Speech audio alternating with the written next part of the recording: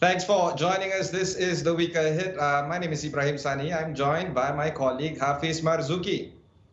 Thanks, Ibrahim. As we head into the second week of June, I would say one of the key highlights of the coming week is, of course, the announcement made earlier today by the Senior Minister of Education on the PdPR, also known as the home-based learning.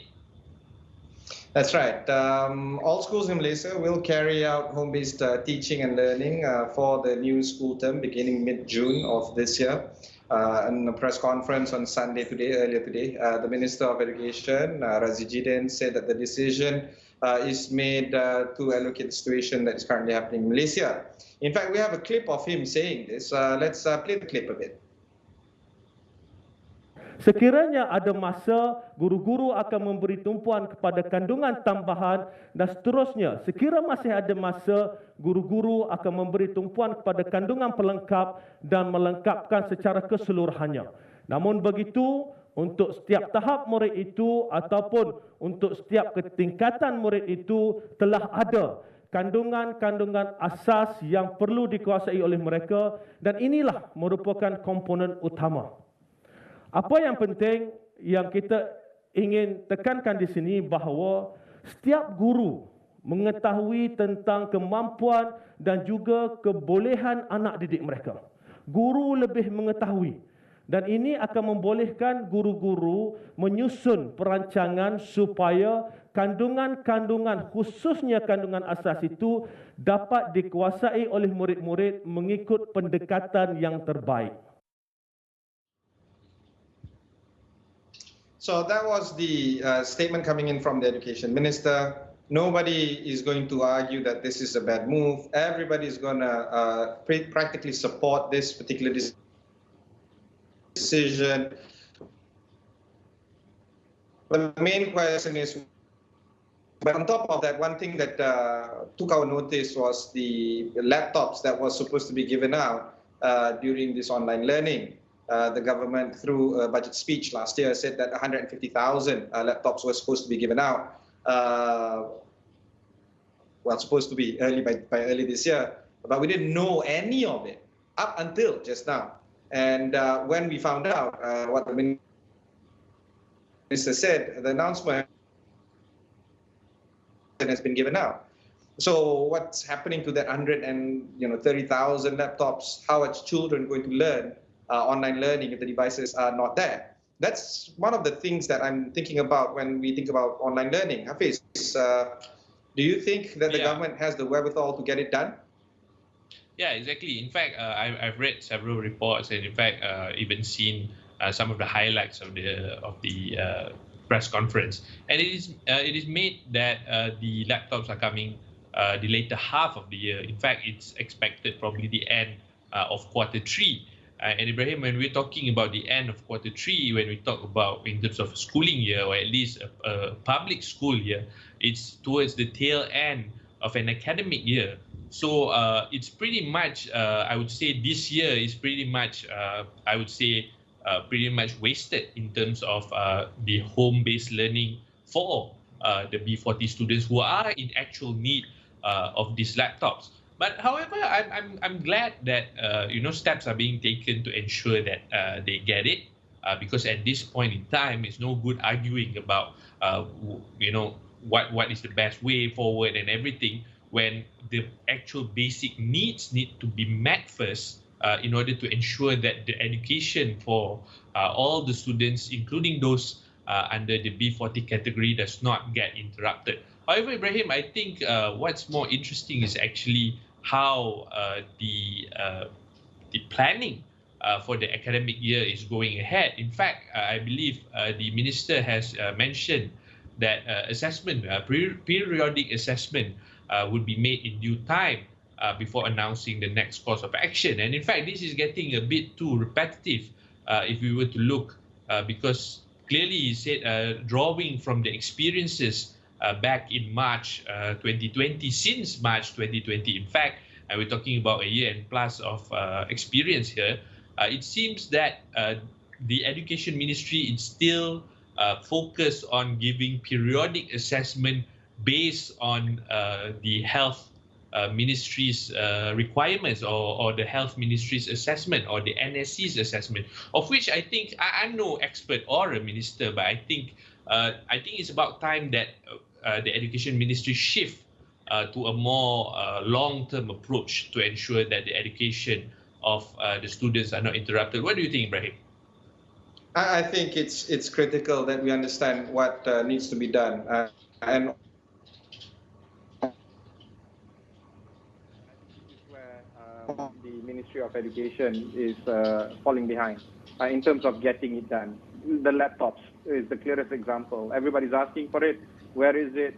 Today we found out only 8% have it. Another 92% doesn't have it yet. So that's one example. Another example is on the SPM. SPM this year will be done next year. So what happens with the SPM next year? Is it going to be done in 2023 or it can still be done in 2022? So these are the executional questions that a lot of parents are asking. I'm a parent myself, and my kids are part of the, entrenched in the Malaysian education system. They are quite reliant on the education ministry's rules and regulations and the wants and wishes of the ministry. But, amidst all this, as long as the kids are safe, as long as the teachers are safe and continue to remain safe, I think that's the key point. I think education is very important, but I think staying healthy tops that. And I think this is where we have to prioritize what is the most important thing in life, a good education or being alive. And I think the former has to take a precedent over the latter. We have one more story that is coming up, which is on before we jump to that, before we conclude the story, in the week ahead, next week, on education, be on the lookout for the kind of lessons details that will be given out by the Ministry of Education to your students. Those are the kind of items that you really need to look out for if you're a parent, and if you're a senior secondary school student, keep an eye out on all the examinations, particularly the SPM and the location. Pusat ambil latihan SPM ataupun peperiksaan SPM. Those are going to be given out in the weeks to come.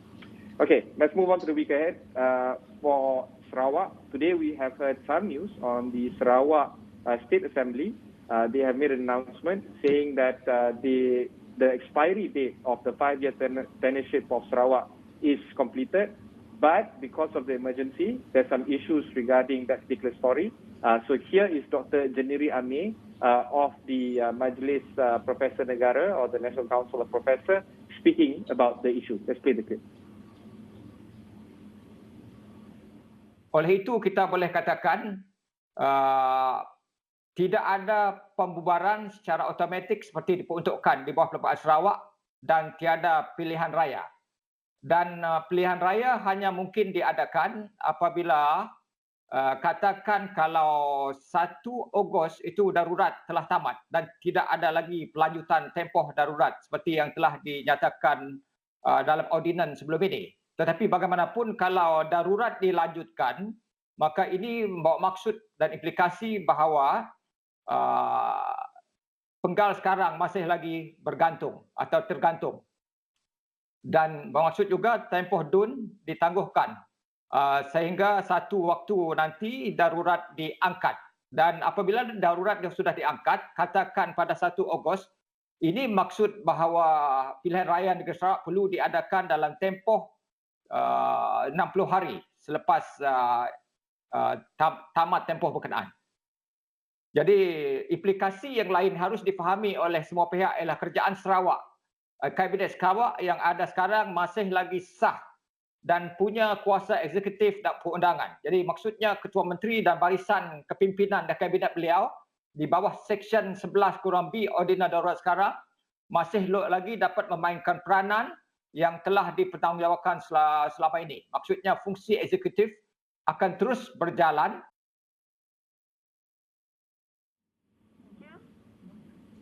So Ibrahim, if we look at what Dr. Janiri has said, it's quite an interesting predicament, and in fact I've covered the previous Sarawak elections in 2016, and in fact, yeah, it is true, the 5-year term has come up. But what's interesting here is actually that in the statement made, it was clearly defined that the Agong, the king, will have to discuss this matter with the Yang di-Pertua Negeri Sarawak or Yang di-Pertua Sarawak. pardon my mistake, about the dissolution of the Sarawak Assembly. And I think this has to come into, I would say, that there are a few things that needs to be considered before lifting the emergency, because it generally means that Sarawak would have to go into their elections. And in fact, I know there's a lot of legal terms and legal implications with this. And I think it'll be interesting for us to keep on monitoring what is next in this whole saga involving Sarawak. Ibrahim. So in the week ahead, we're going to expect a lot more details from the legalese element. A lot of lawyers are going to come up and perhaps explain the whole situation about the legality of the Sarawak State Assembly, because it is unprecedented times and we need to hear all the details. This will be a test to the Malaysian, not just the legal system, but of course the executive system and the legislative system as well. All three branches of the government will be tested in the week ahead when it comes to the Sarawak State Assembly. We'll go for one short break. When we come back, we'll talk more about the vaccination programs in the country.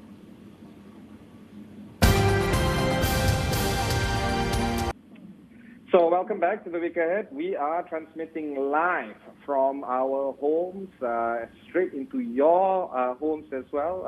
And we appreciate the time that you're taking to speak with us on the matter. Next week, we're going to be taking a harsher look towards anti-vaccinators. It seems like the anti-vaccine days are numbered. This comes after too many news and information are coming up when it comes to the misinformation that is currently being spread regarding vaccines and the vaccination process. So be on the lookout for that.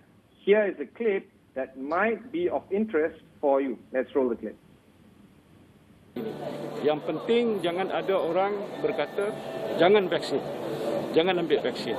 Ini gerakan anti-vaksin kalau mengganggu usaha kerajaan, kita akan fikirkan sama ada kita akan mengenakan tindakan dari segi apa-apa bentuk hukuman kerana mereka menghasut dan sebagainya. Ini kita akan kaji dari sudut undang-undang. Jadi pada umumnya saya setakat hari ini berpuas hati tentang apa yang telah kami lakukan. The next thing that we need to talk about is the need for volunteers for the vaccination process. I had a very miserable week. I took the vaccination on Monday last week. I suffered severe issues when it comes to side effects, fever, sore throat, headache, in fact migraine, all that. But all that went away after 72 hours. So I understand that there are some risks, but remember, these are the attenuated kind of effects that is being received by me. If I had gotten the COVID-19 disease itself, I'm pretty sure it's going to be quite severe. Hafiz, are you going to volunteer to be part of the vaccination process? Well, as far as I'm concerned, I'm pretty much into this vaccination program. Of course, we here in the media, we are always willing, always ever ready to help where we can in terms of the vaccination program. And in fact, Ibrahim, I actually would like to congratulate you on getting your vaccination. We know it's a big milestone. We've all been waiting for it. I'm still waiting for my vaccination. Haven't got the AstraZeneca slot as I initially wanted. However, I do want to note that the sudden, I wouldn't say sudden, the recent surge of cases have somehow turned a lot of these vaccine hesitant people to take the vaccine. I have a personal experience with my close family and also my close circle of friends, where before this they're a lot more vaccine hesitant. It seems to be like, okay, let's wait for the vaccine rollout to take place, wait for more people to take their vaccines. But now it seems that everyone, left, right, and center of me, everyone is getting their AstraZeneca appointments. And although I didn't get it yet, I'm pretty happy because I believe actually we are in the media line also scheduled to get our vaccination soon, hopefully, according to the vaccine minister, Khairi Jamaluddin. So as far as helping the government to increase the speed or helping in any way possible, I'm sure a lot of people who are who is genuinely concerned of our well-being as a country, as a community, would definitely be open to helping. Ibrahim. So we're looking at 150,000 people being vaccinated daily. That means you're going to need a lot of vaccination volunteers. So here is the clip by the Prime Minister talking about the matter. Roll the clip. Kita perlukan supaya rakyat Malaysia ini bersedia untuk berkorban, menjadi sukarelawan. Di sini tadi di bawah KBS, Bilangan Sukan dah ada ramai daftar membantu. Pasal setiap pusat tu perlukan ramai orang yang nak membantu, orang yang datang nak dapatkan vaksin. Ini perlu kita tingkatkan. Jadi kalau ada badan-badan bukan kerajaan nak adakan kempen supaya ramai orang daftar jadi sukarelawan, ini amat saya lalukan. Ini penting bagi kita lah. Jadi kalau ikut jadual begitu, saya jangka bahawa kita boleh percepatkan proses vaksinasi. Saya faham di luar sana rakyat kata cepatkanlah. Saya lebih daripada mereka. Kalau boleh hari ini kita selesai. Tapi kita tahu ini akan mengambil masa sedikit demi sedikit. Tapi alhamdulillah vaksin dah tiba. Jumlahnya makin meningkat. Bekalan-bekalan yang baru dah sampai. Dan di samping itu kelulusan yang telah diisytiharkan oleh NPRA, WHO akan menambah lagi jenis vaksin yang boleh kita pakai untuk membantu bekalan kita dalam negara. Jadi kalau ikut perancangan kita, saya harap kita dapat segerakan proses vaksinasi ini. So if you want to help out, just look for the JKJAV or CITF social media site, sign up, try to find out how you want to be a volunteer and how you can help out. That's a very important step for you guys to take in order to make the vaccination process a little bit smoother. We'll go for one short break. When we come back, we'll talk about G7. That's coming up next week as well.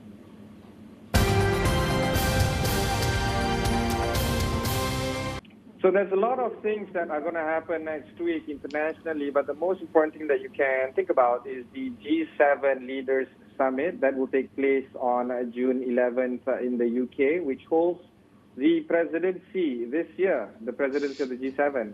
And of course, this will be the first summit for Joe Biden, the US president, as well as Yoshihide Suga, the Japanese PM, as well as the Prime Minister of Italy, Mario Draghi. And on top of that, it will be likely the last one to be attended by the German Chancellor Angela Merkel, given that she is not seeking re-election at the end of this year. So there's going to be new changes, new lineup for the G7 leaders this year. And of course, next year, a big power push of Germany will have a new chancellor. There's going to be a lot to discuss. And pandemic is on top of the mind of everybody. But of course, restarting the economy is also the key point here. Hafiz, is there anything that you're looking out for the G7 summit this year?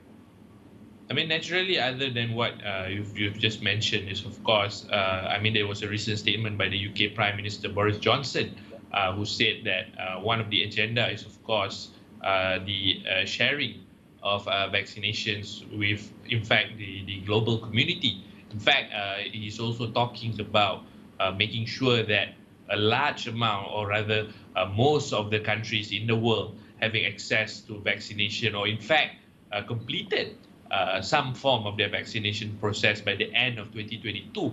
In fact, when I saw the statement, I find it to be a pretty ambitious and a pretty timely one, because when you talk about the G7, you're talking about basically countries with the most heft economically.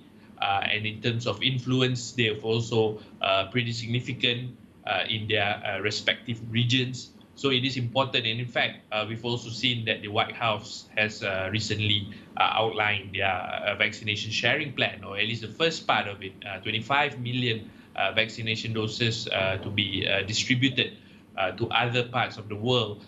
In fact, 19 million of those will go to COVAX. So of course, Ibrahim, when we talk about, in terms of relative, right? Everything is relative. 25 million doses is not considered a large volume, but for me, the way I see it, and I'm sure a lot of people are seeing it the same way, any sort of any 1 or 2 or 1,000 or 10,000 vaccination would definitely go a long way. And of course, when we're talking about 25 million vaccinations, of course, Joe Biden did not detail what kind of vaccines will be, what are the proportions in terms of which are the Pfizer vaccines, which are the Moderna vaccines, whether it's 2 dose or 1 dose. But assuming at least out of 25 million, 12.5 million people around the world will be vaccinated or will be benefiting from this vaccine sharing program, and I'm actually excited for this to go on, Ibrahim. Thank you. That was very concise views. Of course, that wraps up this particular show of the week ahead. We've been very pleasurable to share some of the ideas with you, and thanks for tuning in. My name is Ibrahim Sani. And I'm Hafiz Mazuki signing off for this week of the week ahead.